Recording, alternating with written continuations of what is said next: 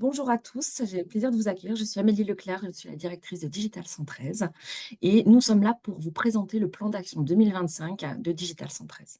Un certain nombre de nos administrateurs sont là aussi pour présenter tout ça.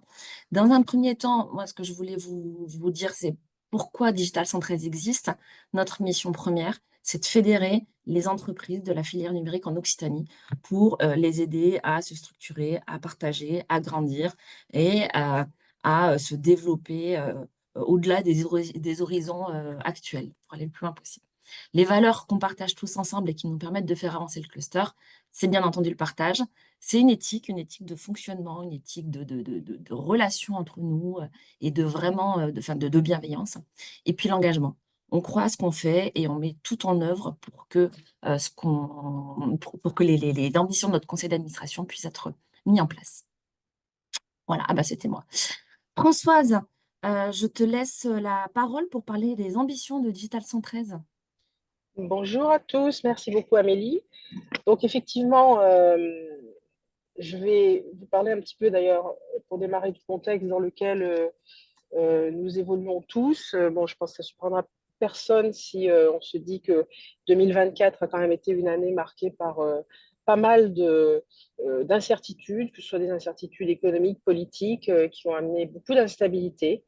Et ce que l'on a, je pense, tous constaté les uns les autres à un certain niveau, c'est que la confiance des acteurs économiques comme publics dans cette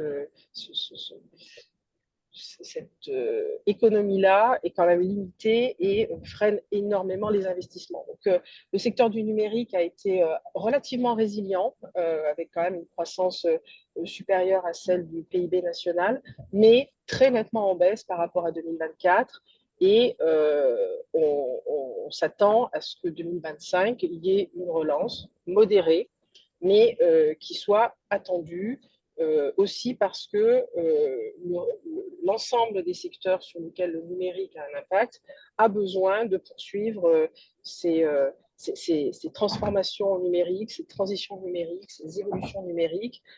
Et donc tout ça reste vraiment un levier stratégique sur lequel nous tous, acteurs du secteur numérique en Occitanie, avons un impact. Et donc tout ça crée un certain nombre d'opportunités. Ce que l'on remarque et qui a été assez important pour nous quand on a commencé à réfléchir à ce plan d'action et qu'on a voulu le structurer, c'est qu'il y a quand même trois aspects fondamentaux actuellement qui sont en tête des préoccupations de l'ensemble des acteurs économiques du pays. Ce sont l'intelligence artificielle, là non plus je pense que je ne surprendrai personne, le numérique responsable et la cybersécurité. Et c'est avec ça en tête que l'on a commencé à structurer un petit peu les ambitions du cluster pour 2025. Pourquoi? Parce que on atteint un deuxième chapitre, ou même un troisième chapitre, je dirais, dans la vie de ce cluster, qui a été magnifiquement bien piloté, structuré, fédéré par, d'une part, les permanents et d'autre part, la précédente administration, mais qu'au vu des évolutions profondes qu'on connaît tous actuellement, c'est important de se poser une ambition qui est avant tout orientée développement business, développement économique de nos entreprises. Et donc, c'est vraiment avec ça en tête que l'on a mis sur pied ce qui va vous être présenté pour la suite. Et les objectifs, il y en a trois en fait pour ce cluster. Comme le disait Amélie, dans un premier temps, continuer nos actions de fédération, continuer le rayonnement, continuer la représentativité du cluster, la force de ce cluster qui a aussi le plaisir d'être vraiment bien soutenu et très accompagné par l'ensemble des pouvoirs publics. Ça, je pense que Arnaud, tu en toucheras un mot là-dessus. Euh, dans ces moments-là, l'union fait la force. Donc, continuons à nous unir et à nous fédérer autour de ça. Le second sujet, c'est comment est-ce que, avec tous les leviers qui sont à notre disposition en tant qu'acteur majeur de l'économie en Occitanie, on aide les adhérents à se développer commercialement, rayonner au-delà des frontières, toutes les frontières, qu'elles soient physiques, géographiques ou parfois psychologiques, Et le troisième, c'est bien évidemment d'avoir aussi accès tous les leviers qui permettent à l'entreprise de continuer à se développer, se structurer, donc des leviers autour du financement, du marketing, du recrutement, de la RH, des talents, etc. etc. Donc nos ambitions, on les a placées relativement haut pour les 3 prochaines années. En tout cas, pour cette année, c'est vraiment d'enclencher cette dynamique business au service de l'ensemble des adhérents. Et à partir de là, on va pouvoir vous présenter tout ce qui a été réfléchi par les permanents, par le comité exécutif, par le conseil d'administration. Et j'espère que ça vous semblera à tous extrêmement pertinent. Je pense qu'on aura un petit moment par la suite pour les questions-réponses également à midi. Merci Je te Françoise. Et je laisse. rajoute aussi un petit mot spécial pour nos pilotes de factory qui ne sont pas forcément des administrateurs, mais qui donnent aussi beaucoup de temps pour orienter dans le bon sens les actions du cluster. Merci Françoise, on te retrouve tout à l'heure. Arnaud Ladrière, c'est notre trésorier. Arnaud, si tu veux passer un petit message spécial à nos partenaires. Oui, bonjour. Bonjour à tous et bonne année, encore une fois. Le cluster, comme vous le savez, ne pourrait pas fonctionner, vous le savez sans doute, ne pourrait pas fonctionner sans le soutien des institutionnels qui participent à notre financement, mais aussi sont associés dans une partie de nos activités. On essaie de travailler vraiment en collaboration étroite avec leurs équipes sur beaucoup de sujets. Alors, évidemment, pas tout au même niveau, étant donné le niveau d'implication locale qu'ils peuvent avoir. Donc, évidemment, on a la région, la métropole de Toulouse, la métropole Montpellier et le Sicoval en particulier, avec qui on travaille au niveau local, et l'État qui nous finance aussi indirectement. Faut pas oublier de mentionner l'Europe, puisque dernièrement, on a réussi à lever un financement européen qui passe par la région.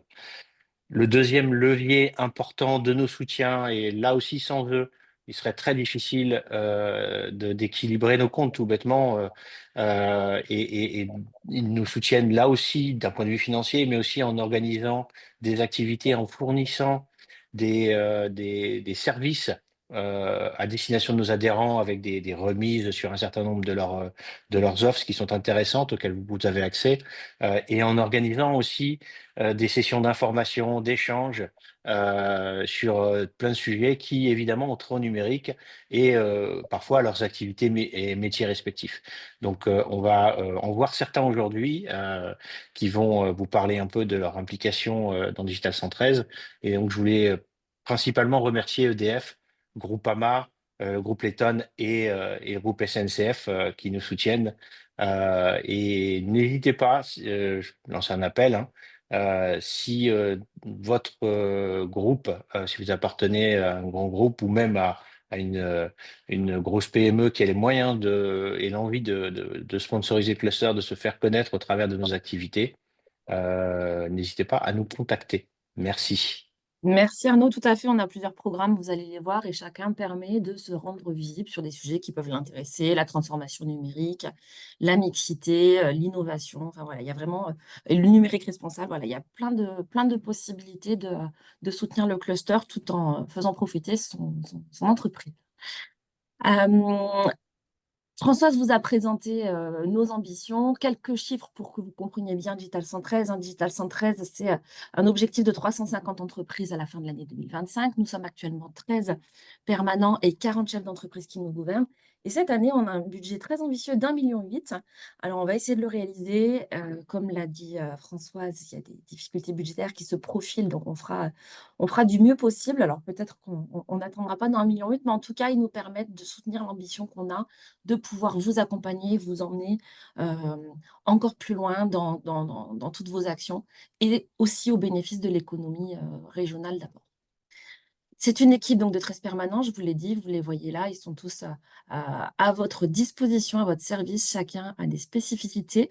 Pour les entreprises, passez en priorité par vos chargés de relations adhérents, donc Martin Vergès et Virginie Routaboul à Montpellier et Quentin Fabre et Anaïs Evendre à Toulouse. Le COMEX, présidé par Françoise est constituée donc de Christophe Saint-Pierre, de Anne Destouches, d'Arnaud Ladrière, de Pierre Vanier, de Magali Germaud, de Pierre Taradas, de Patrick Séguéla et de Simon Bretin. Ils peuvent avoir chacun au sein de la gouvernance globale des rôles spécifiques, hein, puisque autour de Françoise, on a 3 vice-présidents, on va dire, porteurs d'axes stratégiques.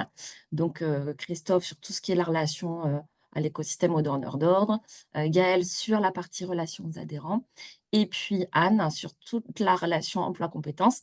Et Anne est également notre déléguée régionale Numéum, et ça nous permet d'avoir un lien extrêmement privilégié avec le syndicat patronal pour toutes ces actions. Les administrateurs, on a également des vice-présidents stratégiques sur les filières cibles, hein.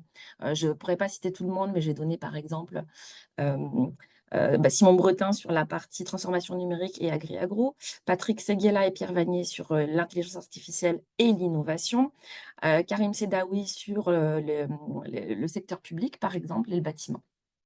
Voilà. Les enjeux stratégiques, Françoise, est-ce que tu veux commenter un peu davantage les enjeux stratégiques par rapport à tout à l'heure? Mais je pense que tu l'as déjà bien exposé. Oui, je peux, oui, oui, tout à fait. Effectivement, c'est les 3 sujets que j'évoquais dans mon introduction, avec toujours ce fer de lance qui est le développement économique, le développement commercial. On a besoin, alors on a la chance d'être sur un territoire qui valorise extrêmement bien l'innovation, et particulièrement l'innovation technologique. On a un très beau terreau pour ça. On a beaucoup de pépites là-dessus. Donc, ce qui est nécessaire, ça fait partie de ma mission première, c'est de booster la visibilité du caractère innovant du territoire et de tous ses membres. Donc, plus on sera de membres associés à cette initiative-là, et plus ce sera fluide de pouvoir le faire. Le deuxième volet, bien sûr, c'est le développement au niveau national et international lorsque c'est pertinent. Vous allez voir qu'on va beaucoup parler de sujets de développement au niveau national et au niveau international. Et puis, dans nos missions fondatrices, il y a aussi celle de permettre aux entreprises qui ne sont pas des entreprises du numérique de se développer grâce au numérique. Donc, il y a beaucoup d'actions qui vont dans le sens aussi de se rapprocher des donneurs d'ordre, puisque d'un côté, on identifie qu'il y a des filières qui ont des besoins, de l'autre, on est un grand nombre d'adhérents à pouvoir répondre à ces besoins. Et donc, la coordination intelligente et fluide et beaucoup soutenue également par les pouvoirs publics qui nous accompagnent a du sens dans ce contexte-là. Merci. Allez, je ne vous présente pas tout le conseil d'administration, hein, tout est disponible sur notre site web, mais voilà les 40 chefs d'entreprise ou cadres d'entreprise qui participent activement au pilotage de Digital 113 sur l'ensemble du territoire. Digital 113 en est très fortement représenté sur le segment des PME. Pour donner un indicateur, les TPE, les entreprises de moins de 10 salariés, représentent 80% des entreprises du numérique, que ce soit en Occitanie ou au national.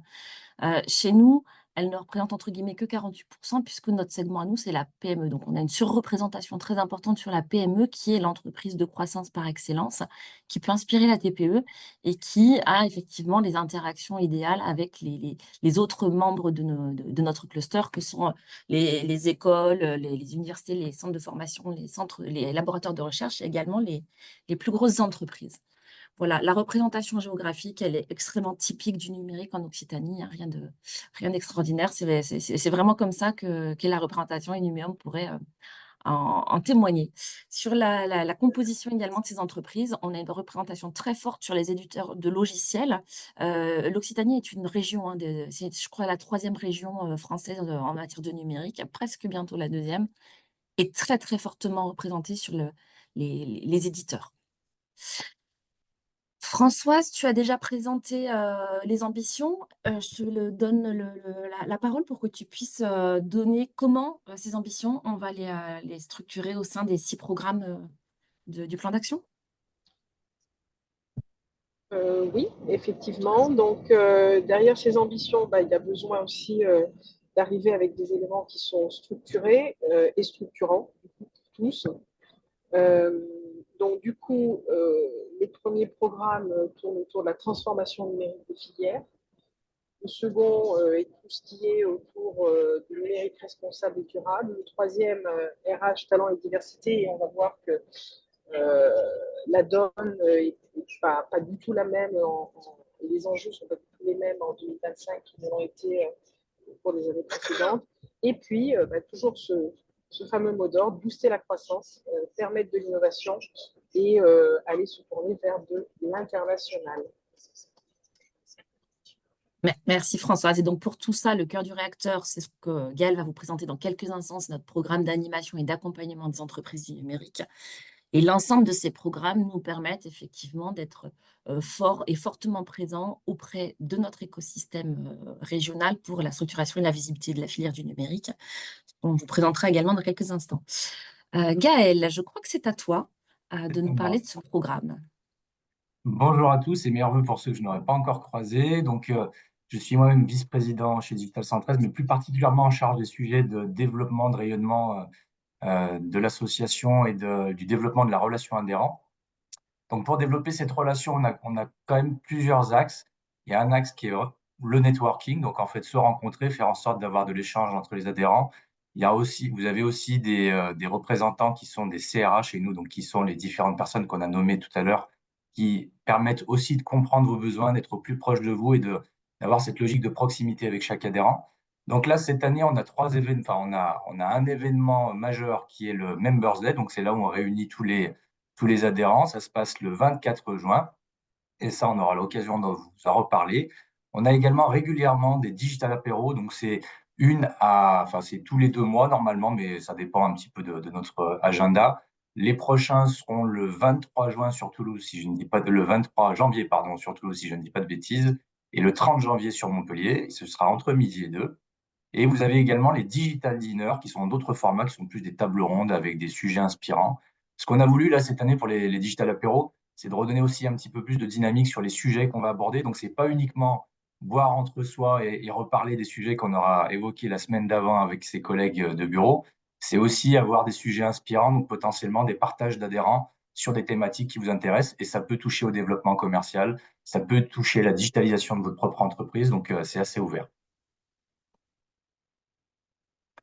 Alors ensuite, pour continuer cette animation et continuer à informer les adhérents, on a un site web. Donc ça, je vous inviterai à aller le voir, qui regorge d'informations. Vous avez tous les programmes des différentes activités qui peuvent être poussées au sein du cluster, et notamment les événements.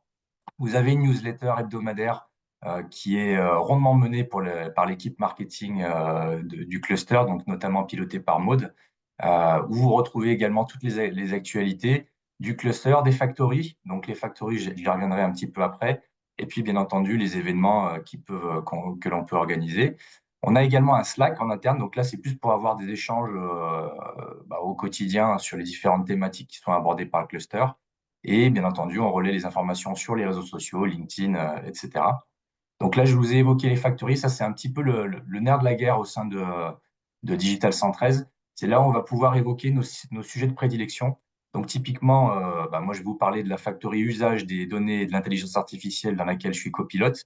Là, on va réunir tous les acteurs de Digital 113, donc tous les adhérents qui sont intéressés par le sujet et qui ont envie de le partager et de partager les thématiques qui les préoccupent sur cette thématique-là, et potentiellement d'aller toucher par la suite leur cible avec des contenus qui peuvent permettre d'acculturer, de faire progresser en tout cas sur ces thématiques-là. Et donc là, on le voit, il y a différentes thématiques. Donc n'hésitez pas, si vous êtes intéressé, il y a des pilotes de factory à proposer votre candidature, à participer aux webinaires qui sont organisés. Plus on sera, plus ce sera riche et plus ce sera intéressant. Alors ensuite, le fait d'être adhérent Digital 113 nous permet d'avoir des avantages. Alors déjà, Numéum est un partenaire de Digital 113 qui nous permet d'avoir une adhésion avec un tarif réduit. On est également partenaire de Reza Conseil. Et là, c'est pareil, on peut avoir un référencement facilité à leur centrale d'achat pour la partie santé. Et puis, vous avez accès également à l'espace de travail à Toulouse, où là, vous pouvez avoir un accès aux différents bureaux et salles de réunion. Et là, il suffit de contacter Oui. l'équipe toulousaine pour avoir accès à ces différents services. On est également partenaire de Layton et Groupama. Donc Layton que vous devez connaître sur les dispositifs de financement, et Groupama sur la partie protection, offre d'assurance, notamment ils ont une offre sur la cybersécurité. Donc n'hésitez pas, encore une fois, revenir vers nous si vous êtes intéressé par ces offres. Merci Gaëlle. Et concernant le Slack des adhérents, je vous encourage, si vous n'y êtes pas, à le rejoindre. Il suffit de demander à votre chargé de relations adhérents. Et si vous y êtes, d'y aller plus souvent parce que ça nous permet aussi de passer très rapidement certaines informations que nous communique l'État, que nous communiquent des partenaires et qui seront pas forcément dans la newsletter pour des questions de délai. Voilà. Donc Si même je peux me parfois, permettre de rajouter une petite chose, Amélie, parce que tout à l'heure, vas-y. on a vu la carto où il y avait beaucoup d'adhérents sur l'Hérault et sur Toulouse, en tout cas entre Montpellier et Toulouse. On est en train de mener pas mal d'actions avec le cluster pour se rapprocher des différents territoires d'Occitanie. Parce qu'en fait, l'Occitanie, c'est pas Montpellier et Toulouse, c'est beaucoup de territoires.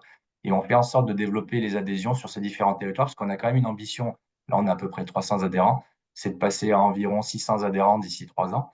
Donc, il y a aussi cette volonté forte de se rapprocher des territoires. Et avec l'aide de Martin, notamment, qui est en charge du développement commercial, on met en place des nouveaux événements. Et notamment, le prochain va être sur Alès, le 27 mars. Donc, si vous êtes du côté d'Alès, n'hésitez pas à nous rejoindre. Tout à fait. Merci de l'avoir souligné. Et j'en profite aussi pour souligner les interactions qu'on peut avoir avec Numéum et avec le MEDEF actuellement autour de l'IATour qui nous permettent d'aller également dans les départements. Et c'est une dynamique qu'on aura envie de soutenir exactement comme tu viens de le préciser.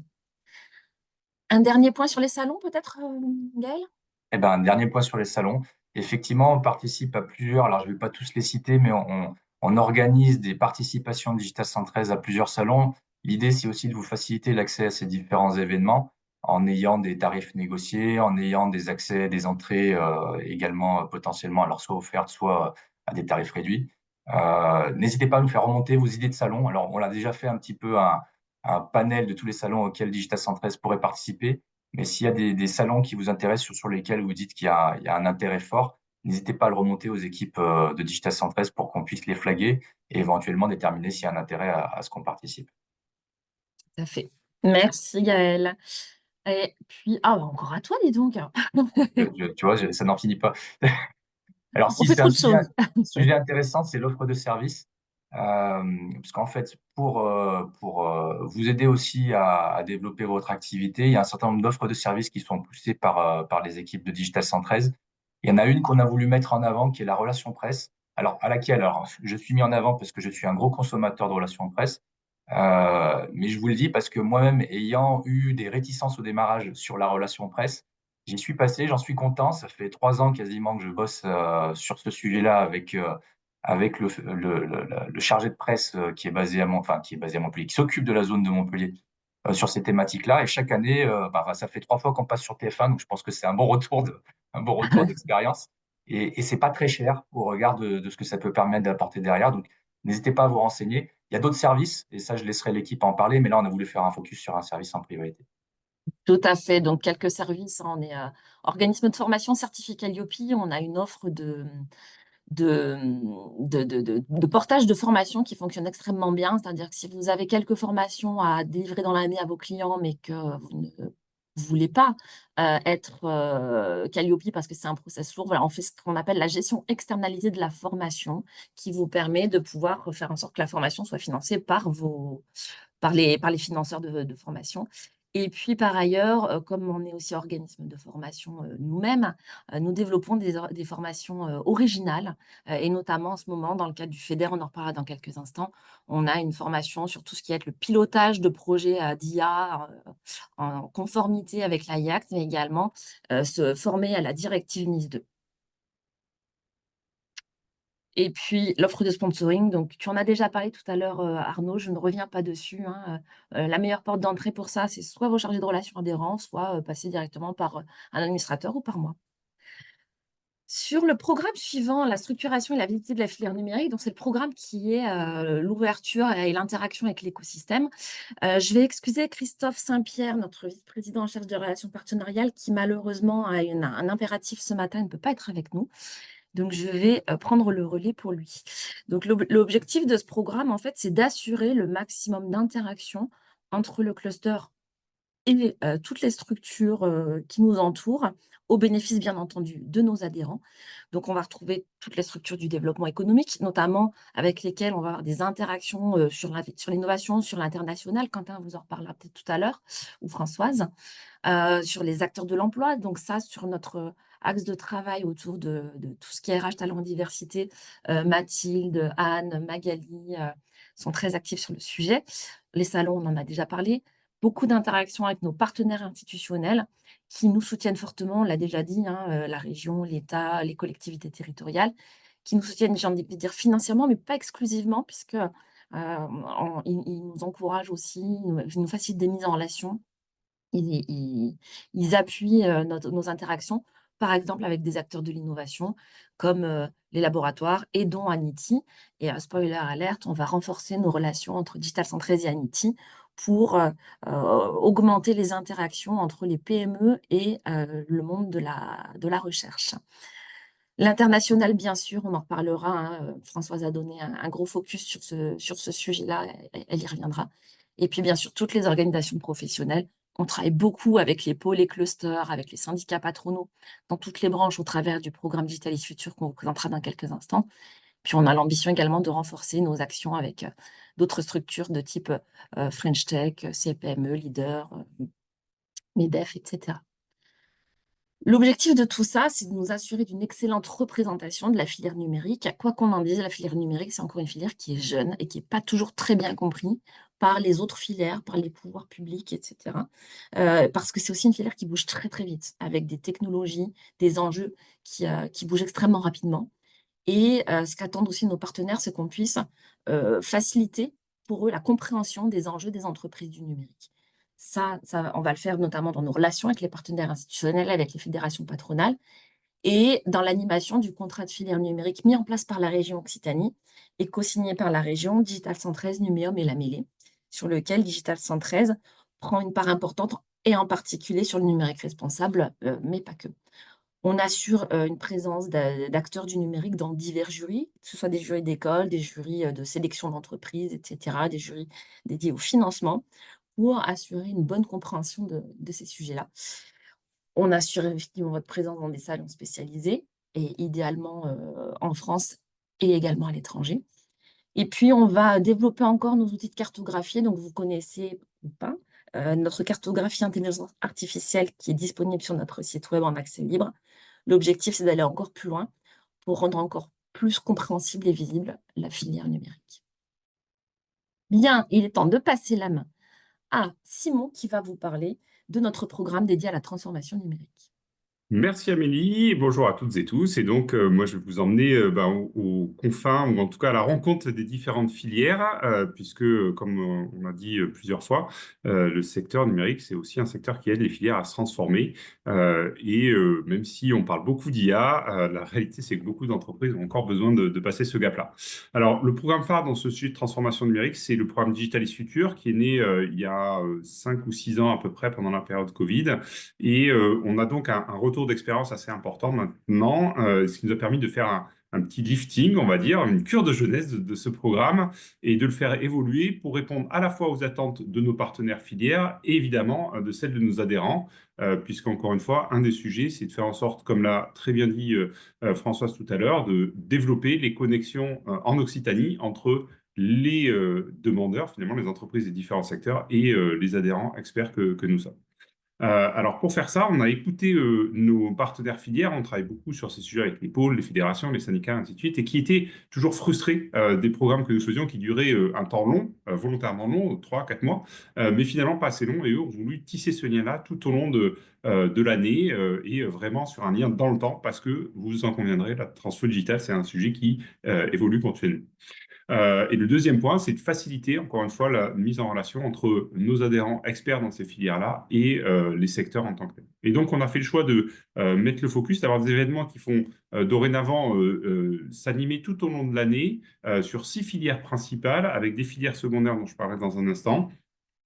Et des événements qui vont rythmer avec évidemment beaucoup de contenu, des podcasts, des conférences, des événements autour de la recherche, comme toujours avec le Starting Lab, et bien sûr des conventions d'affaires qui vont vous dire ponctuer un peu tout ça pour transformer, je dirais, laisser et faire en sorte que des projets innovants ou des projets de transformation naissent de par ces rencontres. Les 6 filières, vous les avez sous les yeux, c'est des filières phares de nos territoires, la santé, l'agro, l'industrie, transport, bâtiment, secteur public. Je voulais dire aussi un mot sur le secteur de l'énergie et de l'eau, qu'on considère un peu transverse à tous ces sujets-là, parce que, évidemment, on parle de ces problématiques-là, de ces enjeux-là, aussi bien dans le monde agricole que dans le monde de l'industrie, et donc c'est des filières qu'on verra en transverse.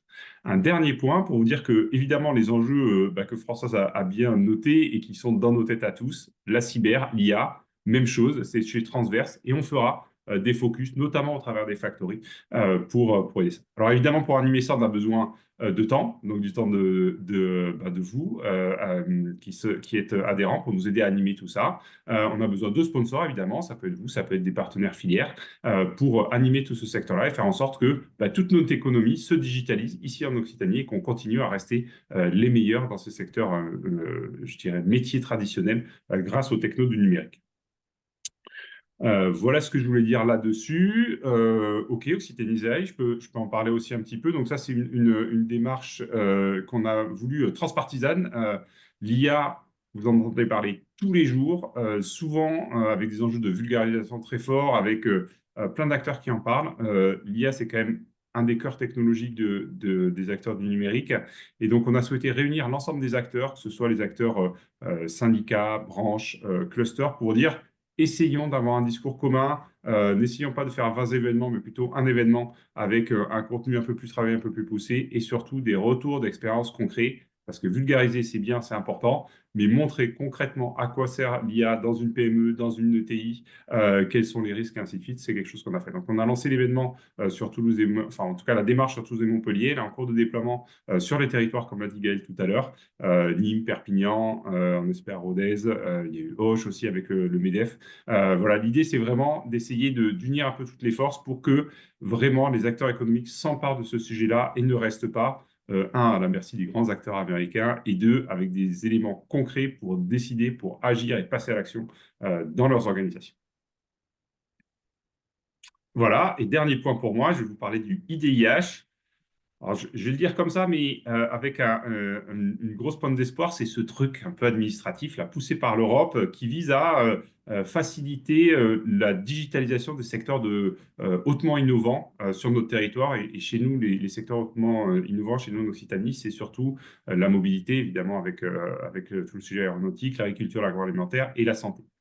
Alors, c'est un consortium de beaucoup d'acteurs publics très, très fortement, universitaires très fortement également, des pôles, des clusters. Et notre rôle dans ce consortium-là, c'est justement de faire en sorte que les boîtes qui ne sont pas sur des sujets super innovants et donc qui ne vont pas pouvoir être accompagnées vraiment en tant que telles par le IDIH, puissent trouver par contre des acteurs de proximité qui vont les accompagner dans leur transformation. Et de ce point de vue-là, il y a eu des réelles avancées en 2024. On continue à pousser fortement là-dessus pour faire en sorte que ce truc-là soit pas un truc qui bloque, qui freine, qui ralentisse les démarches, mais au contraire, ils disent OK, qu'il soit une gare de triage, une gare d'aiguillage qui agisse rapidement, solide sur les appuis, on va dire, vif sur les appuis, un petit crochet droite-gauche, et puis vous amène du business, vous, si c'est des projets de transformation traditionnels, et au contraire, pousse vers les centres de recherche quand il y a besoin d'aller un peu plus loin dans les aspects innovants. C'est pour ça que, notamment, le travail avec Anity va se renforcer. C'est pour ça qu'on continue de travailler main dans la main avec Ad-Hoc pour rendre ces relations-là plus rapides et plus efficaces. Donc, le IDIH,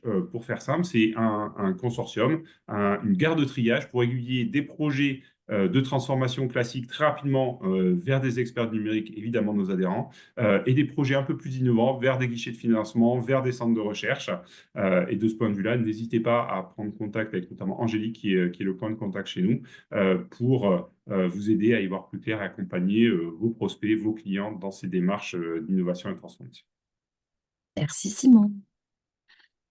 On passe à un programme qui prend de l'ampleur depuis quelques années au cluster, c'est le facilitateur de numérique responsable et c'est Magali qui est là pour nous en parler.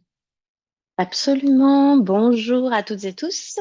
Je suis ravie là de présenter ce programme numéro 4 parce qu'en effet, innovation, transformation numérique, intelligence artificielle sont des mots et des connaissances importantes aujourd'hui, mais passer à l'action sans être dans du numérique responsable, durable, éthique, c'est absolument essentiel. Alors le cluster, hein, vous le savez, hein, est engagé depuis déjà plus de 10 ans sur ces thématiques, hein. On ne peut pas passer à côté de l'événement majeur qui est le Green IT Day, qui a fêté ses 10 ans en 2024. D'ailleurs, pour tous ceux et celles qui ne l'auraient pas vu ou qui n'auraient pas été présents, il y a les replays sur le site internet. Il est essentiel de pouvoir voir, revoir, hein, ces thématiques et ces témoignages qui sont de plus en plus importants et qui montrent aussi la présence du cluster au niveau national sur ces sujets, vraiment. Donc aujourd'hui, en 2025, nous avons décidé d'aller encore plus loin. Alors sous la coordination, hein, de notre permanente Fanny, l'idée a été de revoir et d'essayer de proposer, de se challenger sur le numérique responsable durable et de proposer une nouvelle gouvernance avec une organisation un petit peu différente. Alors, l'organisation, c'est 3 comités. Un premier qui est vraiment autour justement de l'organisation de cet événement du Green IT Day, parce qu'il faut le savoir, hein, c'est 1 an d'organisation pour cet événement majeur. Donc, il y a toujours ce comité, des personnes qui sont vraiment impliquées pour trouver toujours des nouveaux sujets, des nouveaux conférenciers et être toujours dans les thématiques du moment. Le deuxième comité, un peu au regard des factories, c'est un comité toujours sur des ateliers pour pouvoir continuer de parler du numérique responsable, de partager nos connaissances, de partager des retours d'expérience. Puis, il y a un troisième comité qui est davantage, qu'on a appelé le facilitateur, qui est un comité sur des livrables, parce que en parler, échanger, c'est bien, mais apporter aussi des documentations, des livrables concrets pour vous aider à passer à l'action, c'est encore mieux. Ces 3 comités sont tous les 3 coordonnés et pilotés par des pilotes qui se regroupent sur ce qu'on a appelé un comité stratégique. Ce comité stratégique, lui, il permet vraiment d'avoir justement une vision globale et de proposer une feuille de route. Alors là, pour 2025, on va essayer de proposer une feuille de route qui soit vraiment adaptée non seulement aux besoins d'entreprise, aux besoins du moment, et puis à cette évolution exponentielle, on va dire, du numérique et de l'intelligence artificielle, et proposer en face vraiment des solutions justement pour rester dans une vision responsable, éthique, importante et essentielle. Alors, pour être sûr que d'ailleurs nous sommes dans le bon axe, le comité exécutif et stratégique est organisé aussi et fait appel à des experts qu'on est en train de constituer, un comité d'experts national, qui justement sont là pour nous dire oui, cette thématique c'est la bonne, celle-là peut-être que en ce moment vous feriez mieux de prendre telle ou telle orientation. Donc l'idée c'est vraiment d'être au plus proche des besoins, non seulement nationaux, mais aussi des besoins par région, etc. Donc il y a vraiment une nouvelle vision et une nouvelle organisation de cette thématique qui, nous le savons, doit être vraiment au cœur des préoccupations de chaque entreprise. Alors, tout ceci est possible aussi parce que nous avons des partenaires importants, hein, je tiens et nous tenons vraiment à remercier EDF, la SNCF, Mavana, le Sicoval, sont des partenaires qui sont là depuis longtemps et qui restent fidèles et sans qui, évidemment, enfin, qui nous aident vraiment dans cette démarche. Il y a aussi une présence aujourd'hui et une volonté vraiment d'être en coordination avec d'autres organisations qui sont vraiment intéressées par le numérique responsable. Donc en effet, hein, il y a des interactions au niveau national. Je peux vous citer Planète Tech Care, le Green Tech Forum, France IT, l'ADEME et l'INF. Et puis, parce que les challenges, c'est ce que nous aimons, en 2025, le cluster aussi a décidé de s'engager et de prouver encore plus fortement en espérant en tout cas avoir l'ambition d'être le premier cluster labellisé numérique responsable. Donc voilà, c'est vraiment une feuille de route très riche, énormément de sujets et qui sont vraiment importants parce que au-delà de mots-clés tels que, en effet, responsabilité, durabilité, éthique, on vous propose des véritables actions, un véritable plan d'action. Et donc, si ça vous intéresse, rejoignez-nous dans l'un de ces comités. Merci Magali. Un petit mot de notre sponsor EDF, Thomas? Oui, Eh bien, bonjour à toutes et tous. Tout d'abord, je vous adresse mes meilleurs vœux pour la nouvelle année, meilleurs vœux aux partenaires, aux adhérents, aux équipes de Digital 113. Voilà, il y a tous ceux qui m'écoutent. Ouais, quelques mots sur le partenariat d'EDF avec Digital 113. Comme l'a dit Magali, c'est un partenariat de longue date qui fait sens pour nous parce que le groupe EDF est engagé depuis pas mal d'années sur ces sujets numériques responsables. Euh, on a d'ailleurs été un des premiers grands groupes à être labellisé et ça a été renouvelé l'année dernière pour 3 ans. Donc on est fiers de ça et en fait on trouve à travers notre partenariat avec Digital 113 un écosystème très dynamique et très qualitatif pour aller travailler ces sujets-là en région. Il faut savoir que le groupe EDF en région, c'est plus de 9200 salariés, tout métier confondu, vraiment tout métier confondu. Enfin, vous le savez, mais voilà, on intervient sur pas mal de sujets et ces sujets digitaux et numériques, ils sont transverses, ils sont au cœur de nos métiers et c'est aussi, ce sont des vecteurs d'innovation pour nous. Donc forcément, on trouve de l'intérêt à aller travailler ces sujets-là au contact de l'écosystème régional. Voilà, dire 2 mots sur le partenariat. Nous, on est engagé en particulier sur le facilitateur. Mon collègue Gabriel qui m'écoute, qui nous écoute, travaille avec vous là-dessus. Le facilitateur, ça nous permet de partager les actions qu'on déploie déjà à la maille du groupe EDF, de les mettre en visibilité, d'en discuter avec d'autres partenaires et puis de travailler les synergies qu'il peut y avoir voilà, entre tous ces partenaires l'écosystème régional. Et le deuxième axe sur lequel on est engagé, c'est le Green IT Day, événement très très qualitatif en région qui grandit, voilà, je pense qu'il mérite d'être davantage connu et voilà, et c'est un événement qu'on soutient et on a vraiment à cœur ben, que, qu'il soit davantage connu du grand public et on fait aussi le travail en interne du groupe EDF pour mobiliser les salariés sur cet événement, voilà, pour déployer, pour passer à l'échelle en tout cas sur tous les sujets qu'on peut travailler sur le numérique responsable à l'intérieur du groupe. Voilà, donc en 2025, on poursuit dans cette lancée. Voilà, je nous souhaite plein de bonnes choses. Voilà, on est chaud, on va faire plein de belles actions. Voilà, et au plaisir vraiment de collaborer avec tout le monde sur ces sujets-là. Voilà. Merci Thomas, merci EDF pour le soutien renouvelé depuis de nombreuses années. C'est très très précieux et toujours très agréable de travailler avec vous. Je glisserai un tout petit mot. J'entendais hier l'association de la fresque du climat qui disait qu'ils étaient en grosse difficulté parce qu'en fait, ils avaient réussi à fresquer toutes les entreprises qui étaient déjà sensibles et qu'à partir de maintenant, ils avaient des difficultés à aller plus loin. Et je pense que ce programme du facilitateur, il a cette importance de pouvoir continuer à avancer, à convaincre pour un numérique qui soit vertueux. Si vous, les acteurs du numérique, vous vous saisissez de ces sujets-là, vous allez irriguer l'économie de solutions qui sont plus responsables, plus vertueuses, dans un monde où je pense qu'on en a énormément besoin. Pour ça, on continue à vous accompagner avec le label de numérique responsable, comme a dit Magali. Les démarches en collectif, ça permet vraiment d'y aller pas tout seul, de gagner du temps, d'aller plus vite. On est là pour ça. Je vous propose que nous passions au programme suivant, le programme RH Talent et Diversité. Et c'est Anne Détouche qui va vous en parler. Bonjour à tous. Donc, vous savez tous, l'humain est au cœur de nos entreprises. Et pour ceux qui me connaissent bien, vous savez que c'est un sujet qui me tient à cœur personnellement, dans lequel je m'engage dans le cadre de la Factory RH Talent et Mixité. Et pour vous citer quelques actions qui accompagnent le développement de nos compétences, il faut savoir qu'on agit aussi bien auprès des jeunes, en allant dans les lycées, dans les collèges, avec les entreprises qui souhaitent nous accompagner. On vous aide aussi, les entreprises, à accueillir des stagiaires en troisième et en seconde. Ça, c'est très important. Si on n'ouvre pas nos portes aux jeunes, on n'attirera pas de nouveaux talents dans nos entreprises. Donc, on compte sur vous. On a un petit livre blanc pour vous aider à accueillir ces candidats, ces futurs candidats, ces jeunes et futurs candidats. Ensuite, bien sûr, on a une action auprès des demandeurs d'emploi qui est très importante pour faciliter la reconversion.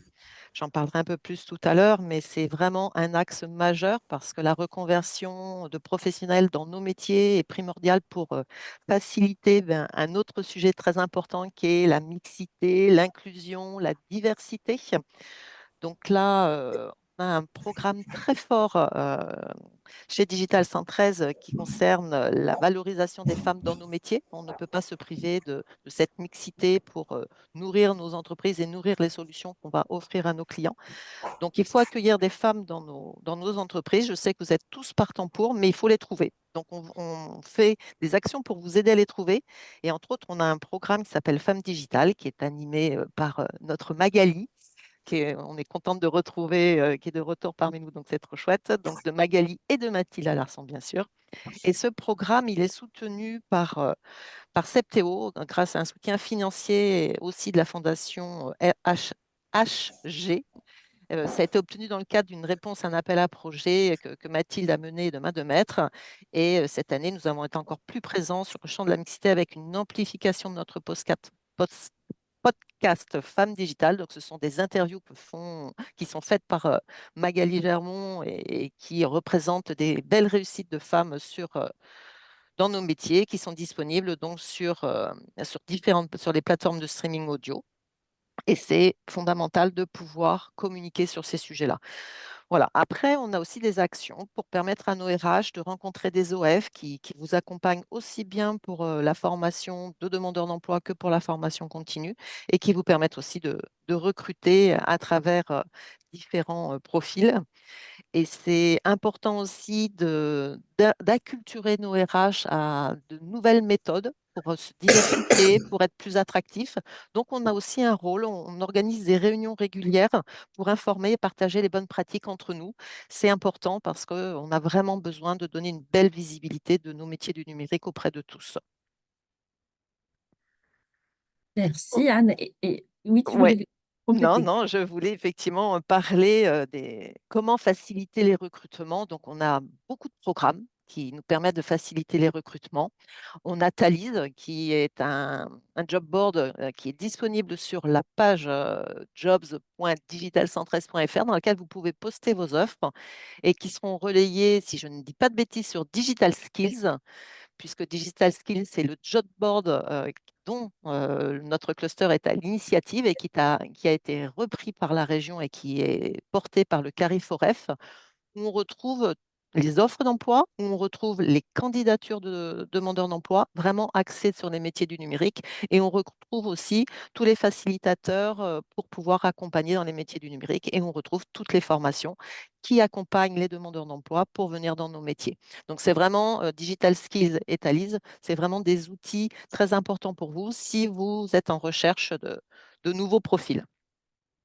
On a aussi des programmes à travers Task Force. Donc, tout à l'heure, je n'ai pas parlé de Talent Occitanie, mais Talent Occitanie, c'est un outil qui va vous permettre d'aller trouver des profils qui sont en recherche de mobilité. Alors, quand on dit mobilité, c'est-à-dire que c'est des profils qui sont déjà expérimentés dans le numérique et qui sont peut-être sur d'autres territoires, qui sont peut-être sur d'autres secteurs, mais qui veulent venir avec leur expertise dans nos entreprises. Donc, Talent Occitanie est là pour vous ouvrir la porte d'experts. Aujourd'hui, il y a à peu près, euh, je crois que c'est 2000 candidatures qui sont postées. Surtout, on a fait une grosse action sur Paris, donc beaucoup de profils parisiens qui seraient prêts à venir sur notre territoire. Donc, si vous cherchez des profils experts, n'hésitez pas à consulter ce site.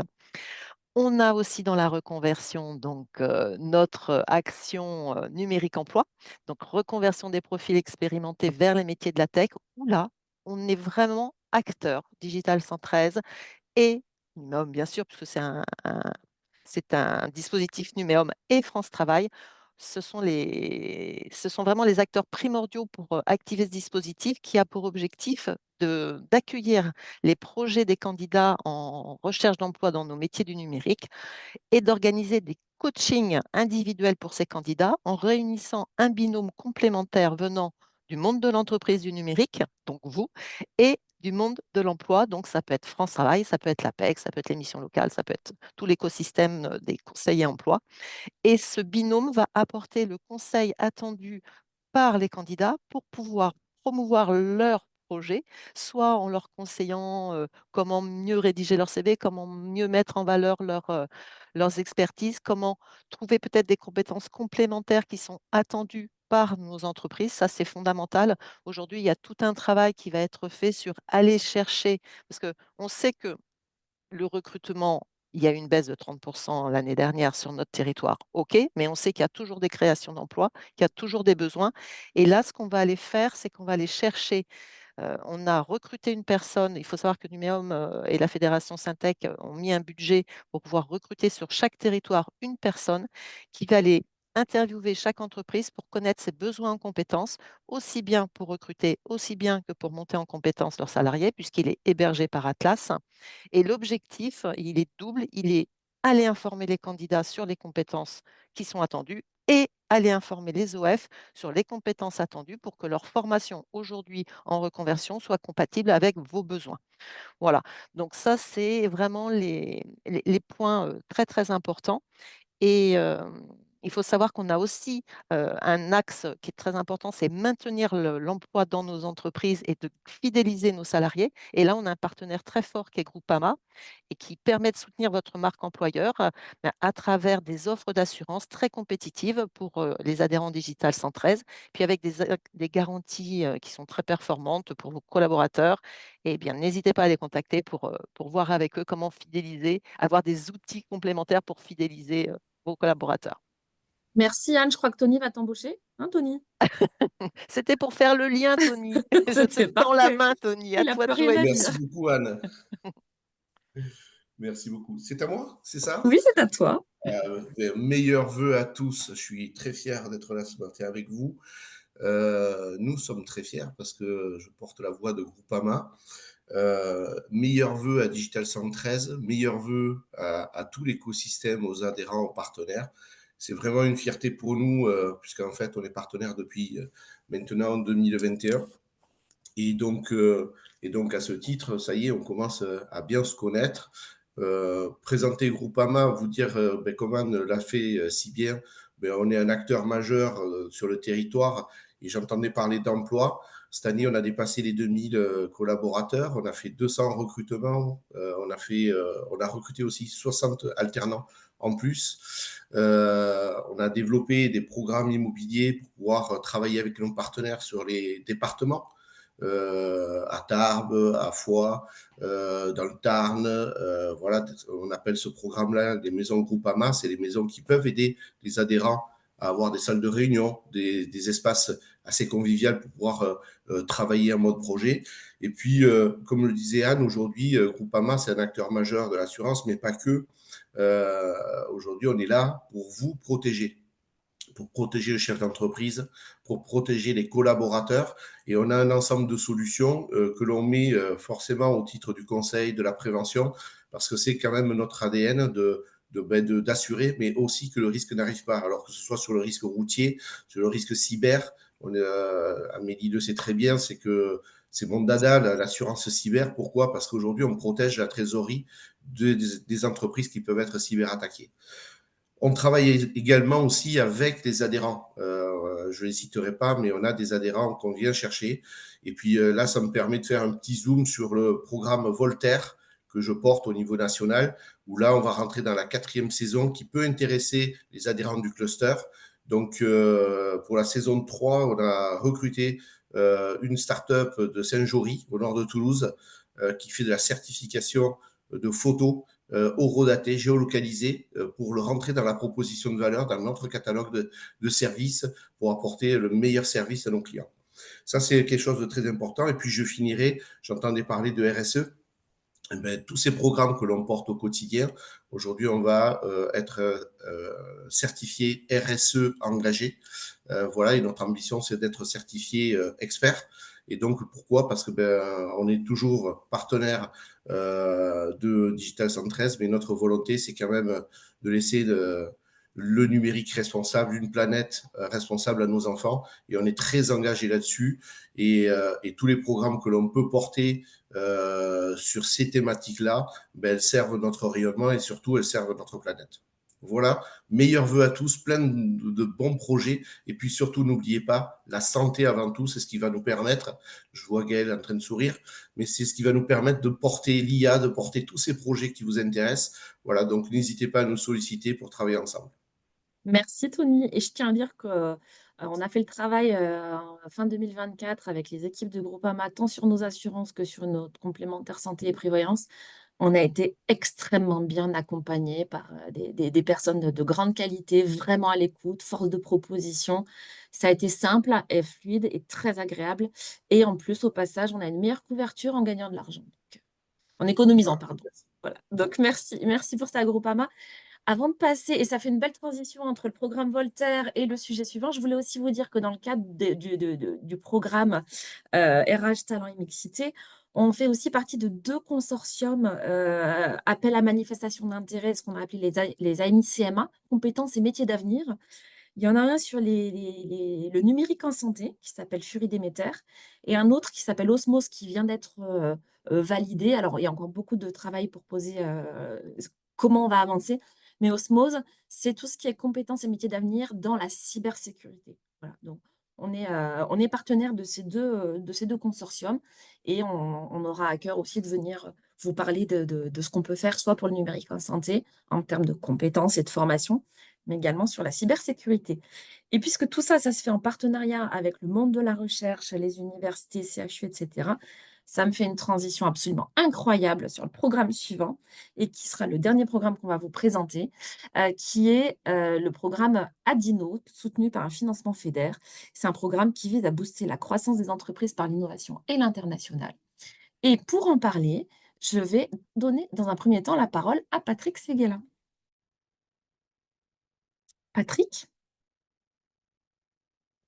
Bonjour à tous avec le son et je vous souhaite pareillement une bonne année, les meilleurs vœux et très content d'être avec vous. Je vais vous parler de ce que Digital 13 peut faire pour vous les adhérents sur l'axe du cofinancement de l'innovation.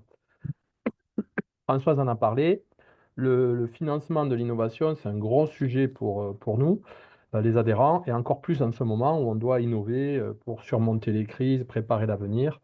Et on a la chance d'être dans une région, dans un pays et dans l'Europe où il existe énormément de moyens de faire cofinancer les innovations.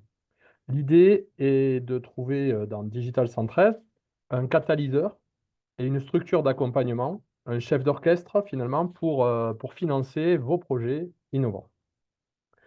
C'est relativement nouveau et ça a été quelque chose de développé en 2024. Disons qu'on a mis un socle en 2024 et aujourd'hui on attaque 2025 avec un cluster qui s'est donné d'une puissance d'accompagnement pratiquement au niveau d'un pôle de compétitivité. Puissance, ça veut souvent dire essence, mais ça veut dire financement. Donc effectivement, on l'a dit, on a un projet européen, on a des sous aujourd'hui pour ce projet s'appelle Adino, A pour accélérer, D pour développer, innovation internationale du numérique en Occitanie. C'est une super nouvelle pour tous les adhérents parce qu'effectivement, on va avoir des moyens pour nous accompagner. Au niveau de la région également, Digital 113 est identifié et poussé, et en tout cas est souhaité par la région comme une cible pour le rayonnement des innovations de l'Institut Aniti, qui, vous savez, c'est un institut d'IA qui a été renouvelé pour 5 ans et sur lequel la région, qui le finance, a demandé de faire du transfert vers les PME. Et donc, on va pouvoir aussi discuter avec le monde de la recherche en toulousaine notamment, mais aussi montpelliéraine, pour avoir plus de collaboration avec ces structures-là. Il y a donc des moyens. La question d'après, c'est comment on avance et par où commencer. Donc, par le début et avec du concret. Donc, plusieurs actions sont proposées, vous les avez sur les slides, et en 2025, je mets le focus sur 3 points. Le premier, c'est le point 1, le diagnostic maturité. L'idée ici, ça va être de faire réfléchir les adhérents sur leur niveau de maturité en matière de cofinancement de l'innovation. D'abord, vos appétences pour aller chercher ces financements, vous avez envie ou pas, vous avez une équipe ou pas, et ainsi faire une espèce de cartographie de là où vous en êtes pour justement pouvoir vous organiser pour avancer. Le point 2, ça va être avec les acteurs avec lesquels on est identifié Vous avez vu tout à l'heure les réseaux et toutes ces digital et futures, tous ces éléments-là. Le cluster se doit d'être partie prenante pour créer des lieux de maturation entre toutes ces structures et les adhérents, des moments forts, ouverts, pour faire émerger des projets et derrière des consortiums, plusieurs entreprises qui se mettent ensemble pour proposer un projet. Le point 3, très important, c'est que le cluster a recruté des experts et donc aujourd'hui est en mesure de vous accompagner dans la dimension opérationnelle. Donc là, ici, l'idée, ça va être de vous accompagner opérationnellement sur la constitution d'un consortium, l'écriture du projet, la soumission, la soutenance et peut-être même après le déroulé du projet. Naturellement, ces prestations ne seront pas toutes gratuites et le cofinancement européen et régional nous permettra au cluster de proposer un accompagnement de très haute qualité à un prix très compétitif. Voilà. Une telle Merci Patrick. proposition. Et on a déjà notre premier dossier qui a été déposé. Oh, oh, bravo. Oh, oh. Merci beaucoup pour tout ça, Patrick. L'interlocuteur sur ces sujets-là, c'est Eric Sturm qui nous a rejoint il y a moins de 2 mois. Mais votre porte d'entrée, encore une fois, ce sont vos chargés de relations adhérents, hein, porte d'entrée privilégiée. Jérôme Bonduel, notre partenaire de Layton, a eu un contretemps, accident sur l'autoroute, sur la route. C'est pas lui hein, qui a eu un accident, mais du coup, je pense que c'est toi, Anaïs, qui va nous Oui. dire un petit mot de la part de Jérôme. Oui, je l'ai eu au téléphone, il s'excuse, mais il vous souhaite à tous meilleurs vœux. Il accueille aussi, enfin Layton nous accueillera au Digital Apéro le 23 janvier, donc vous pourrez, pour les Toulousains, enfin ceux qui sont côté Toulouse, discuter en direct avec Layton. Mais il tenait juste en fait à redire que ils sont présents sur la partie du financement de l'innovation. Ça fait depuis 2019 qu'ils sont partenaires du cluster, donc c'est un vrai sponsor, on en a déjà parlé tout à l'heure, mais enfin, engagé auprès du cluster et des adhérents de Digital 113. Donc n'hésitez pas. Il y a ils aident sur la partie, enfin, ils ont vraiment un plus, c'est qu'ils offrent la cartographie pour les adhérents, la cartographie du financement. Donc n'hésitez pas en tout cas à les contacter pour pouvoir en savoir plus sur cet accompagnement. Voilà. Ouais, voilà, Jérôme et Eric Stern, notre responsable d'innovation dont je vous parlais il y a quelques instants, travaillent aussi de conserve. Donc là-dessus, si vous avez la moindre question, si vous avez des ambitions mais que vous ne savez vraiment pas comment y aller, Eric sera la bonne personne et il vous orientera sur Layton, sachant aussi que dans le cadre du dossier FEDER dont vous a parlé Patrick il y a quelques instants, il y a une enveloppe qui est prévue pour les accompagnements externes. Donc ça veut dire en passant par nous, vous aurez 50% de pris en charge par le FEDER, par exemple sur une prestation de Layton, tant qu'on est dans le cadre de ce dossier. Voilà, donc l'objectif, c'est que vous puissiez vous lancer sur l'innovation si vous n'y êtes pas encore, ou vous puissiez venir, même si vous y êtes déjà par contre, que vous cherchez des partenaires, des consortiums, que vous ayez l'ambition d'aller chercher des financements européens. Avec Eric et avec nos partenaires comme Layton, on est là pour vous accompagner. Donc, adressez-vous à nous. L'objectif, c'est d'augmenter c'est le nombre de projets innovants et l'accès à des financements qu'aujourd'hui, on adresse assez peu. Pour cette année 2025, on continue nos actions à l'international selon un plan d'action annuel donc qui se focalise sur un pays. C'est-à-dire que chaque année, on choisit un pays cible et on aide les adhérents du cluster à mieux connaître ce pays, que ce soit par de la mise en relation qualifiée, mieux connaître la culture business du pays, les pièges à éviter, de la veille sectorielle et également de l'accompagnement business directement dans le pays sur le terrain. Alors en 2024, on a focalisé l'Espagne avec toute une série d'événements.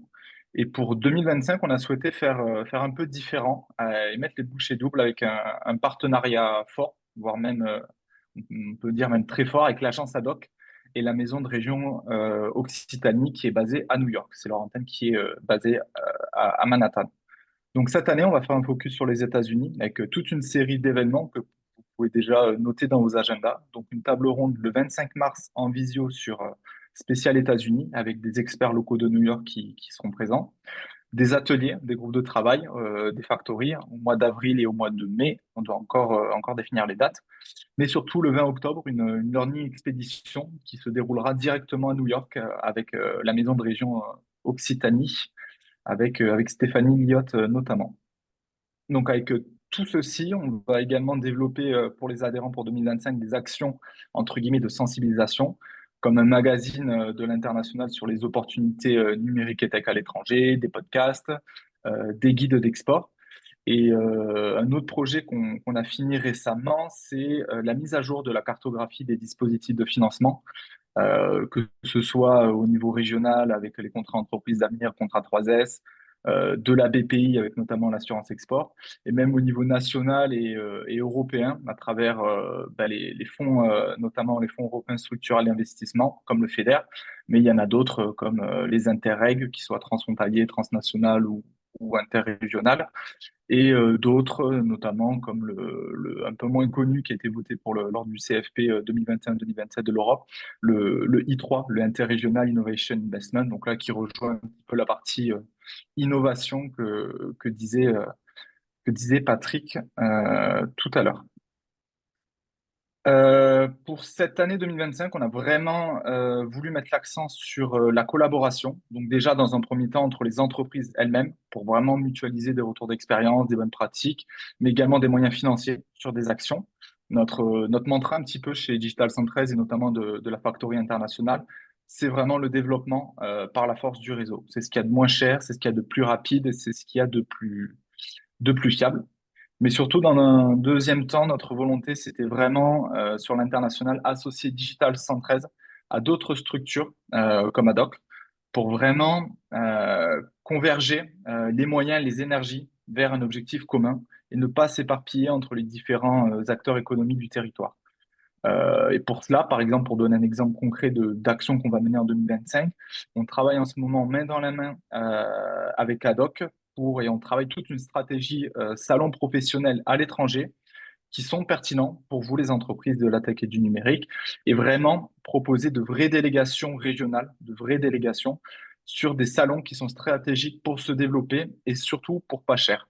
Et je pense que la finalité de l'international pour Digital 113 en 2025, c'est ça se résume à ça, c'est se développer efficacement à l'étranger et pour pas cher. Donc si vous avez des questions, n'hésitez pas à me contacter. Merci Quentin.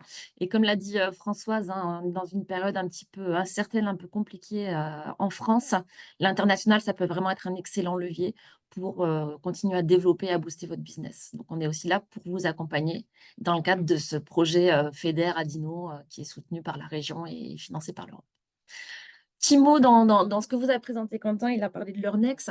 On a lancé un programme il y a quelques années déjà qui s'appelle Discover IT, qui vise aussi à vous aider à découvrir des grands centres de R&D.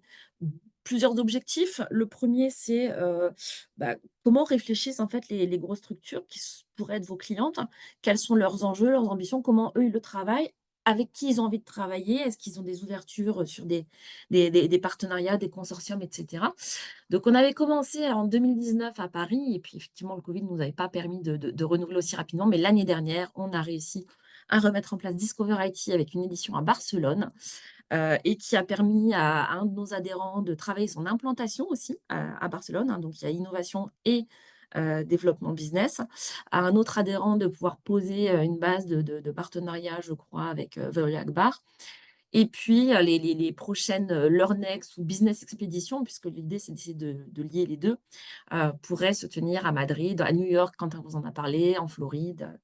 Voilà, pour ça, il suffit de rester connecté sur Digital 113, hein, suivre notre newsletter, échanger avec le chargé de relations adhérents qui vous orienteront en fonction des besoins sur les bonnes personnes, sur Quentin pour l'international, sur Eric sur l'innovation, sur Fanny sur le numérique responsable, sur Angélique pour la transformation numérique, etc., etc. Les vœux à toutes les personnes qui nous écoutent. Moi, il y a un mot qui me revient en écoutant tous ces beaux programmes en tête, c'est celui de oser.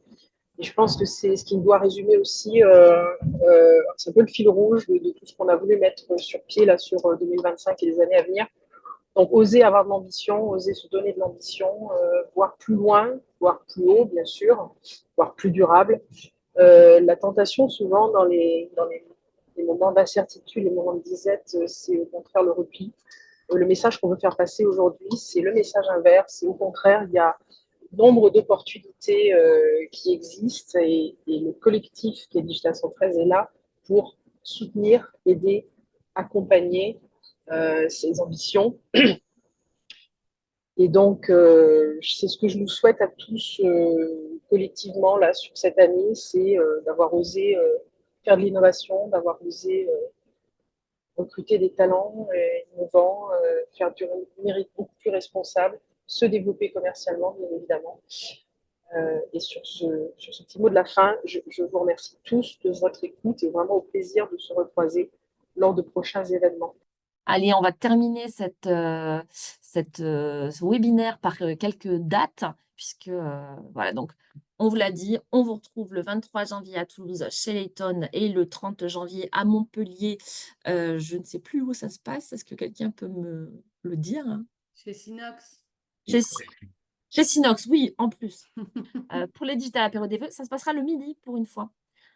Et puis surtout, bookez vos agendas. Le 24 juin, notre Assemblée Générale, notre Members Day, ça se passera au château Joyeux de Violet, dans le Minervois. C'est sur la journée, comme d'habitude, hein, vous savez que c'est une journée exceptionnelle. Bloquez-la d'ores et déjà. Et bien entendu, le Green IT Day, le 2 octobre à Montpellier, le 3 octobre à Toulouse. Ça, c'est les dates incontournables. On espère vous y voir. On vous y attend. On a tenu le timing, donc ça, c'est top. Merci à tous pour vos interactions, vos interventions. Et c'était aussi la preuve que sans les entreprises, sans ces administrateurs, Digital 113 ne serait pas Digital 113. Donc un grand merci.